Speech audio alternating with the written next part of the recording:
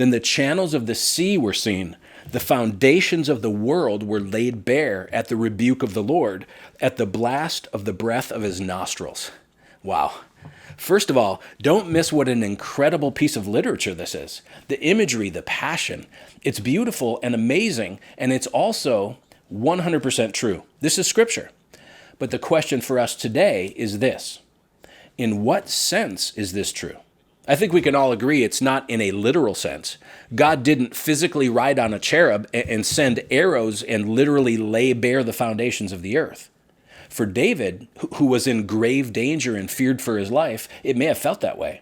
And he may view this as a poetic way of describing what was going on in the spiritual realm as God continually intervened to save him.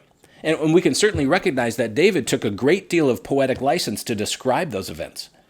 But he makes statements here that our modern minds want to rebel against, right? It's not like he was just exaggerating a little bit for dramatic effect. No, from our modern perspective, it seems like David just made stuff up. He spun a tall tale. I mean, this passage wouldn't pass a modern day fact check, and yet it's entirely true.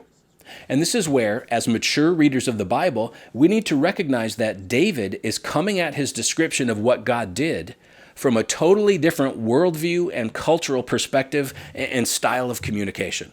So as believers, our goal is to understand his words in the context in which he wrote them. We want to try to understand his words the same way the ancient Israelites would have understood them.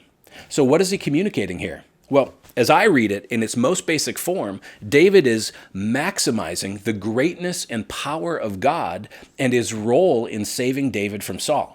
In ancient Near Eastern culture, particularly in the genres of poetry and hymns and prophetic literature, which are all highly symbolic and metaphorical, literal facts were far less important than theological truths. Far less important. In fact, those genres of literature often had nothing to do with precise factual or historical details. And ancient readers didn't expect them to. That wasn't their purpose.